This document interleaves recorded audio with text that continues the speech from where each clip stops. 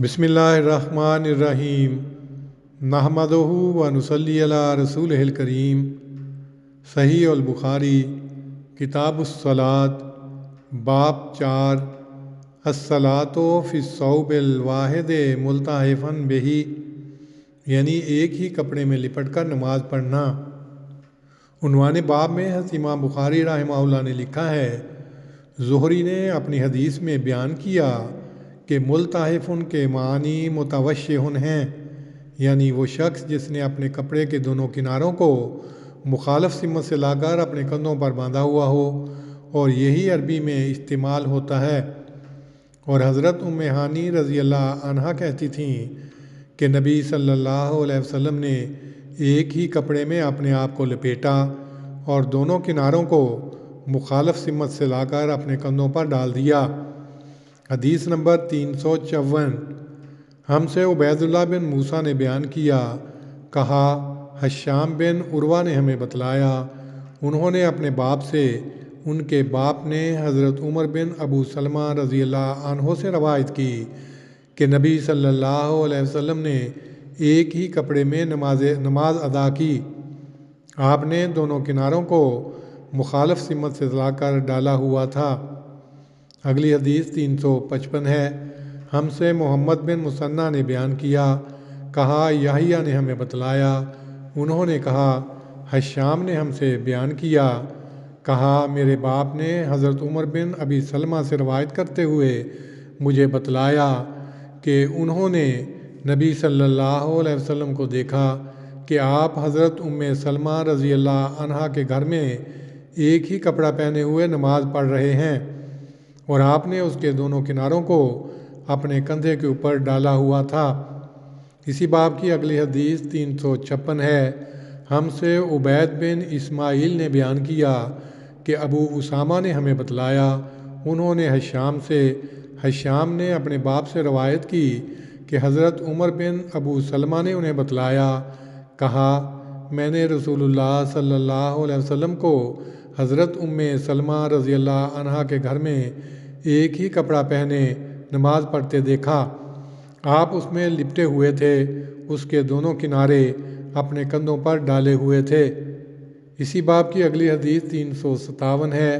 ہم سے اسماعیل بن ابی اویس نے بیان کیا، کہا مالک بن انس نے مجھے بتلایا، انہوں نے عمر بن عبید اللہ کے آزاد کردہ غلام ابو نضر سے روایت کی کہ ابو طالب کی بیٹی حضرت ام ہانی رضی اللہ عنہا کے آزاد کردہ غلام ابو مرہ نے ان کو بتلایا کہ انہوں نے ابو طالب کی بیٹی حضرت ام ہانی سے سنا، کہتی تھیں کہ جس سال مکہ فتح ہوا میں رسول اللہ صلی اللہ علیہ وسلم کے پاس گئی تو معلوم ہوا کہ آپ نہا رہے ہیں، اور حضرت فاطمہ رضی اللہ عنہا آپ کی بیٹی آپ کو پردہ کیے ہوئے تھیں۔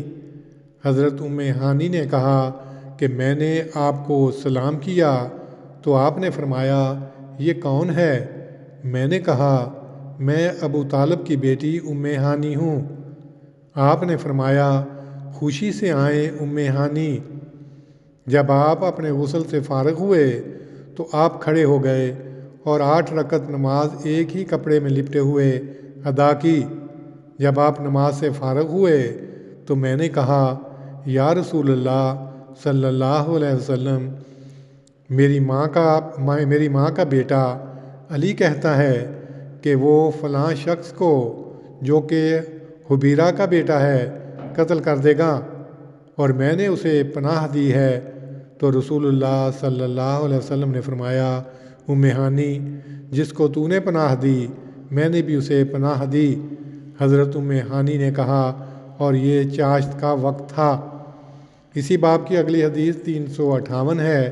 ہم سے عبداللہ بن یوسف نے بیان کیا، کہا مالک نے ہمیں بتلایا، انہوں نے ابن شہاب نے سعید بن مسیب سے، سعید نے حضرت ابو ہریرہ رضی اللہ عنہ سے روایت کی کہ کسی پوچھنے والے نے رسول اللہ صلی اللہ علیہ وسلم سے ایک ہی کپڑے میں نماز پڑھنے کے متعلق پوچھا تو رسول اللہ صلی اللہ علیہ وسلم نے فرمایا کیا تم میں سے ہر ایک کے پاس 2 کپڑے ہیں؟ تشریح عنوان باب مصدر کے ساتھ قائم کیا گیا ہے اور اس ضمن میں 5 روایتیں بیان کی ہیں جن سے ثابت کیا ہے کہ ایک کپڑے میں نماز پڑھنا جائز ہے اور خضوع زینتکم کے مفہوم کے منافی نہیں۔ 5ویں روایت یعنی 358 میں نبی صلی اللہ علیہ وسلم کے الفاظ آوا لکلکم ثوبان پیش کر کے اس زمانے کی طرف اشارہ کیا ہے کہ جب مسلمان نہایت غربت میں تھے، اکثر کے پاس صرف ایک کپڑا ہوتا۔ بس اگر خضوع زینتکم کے یہی معنی ہیں کہ جب تک پورا لباس زیب تن نہ ہو نماز جائز نہیں، تو صحابہ اکرام کے لیے اس زمانے میں نماز پڑھنا مشکل ہو جاتا۔ امام بخاری رحمۃ اللہ علیہ در حقیقت نماز پڑھنے والوں کے راستے سے وہ مشکلات دور کر رہے ہیں جو بعض لوگوں نے پیدا کر دیے تھے۔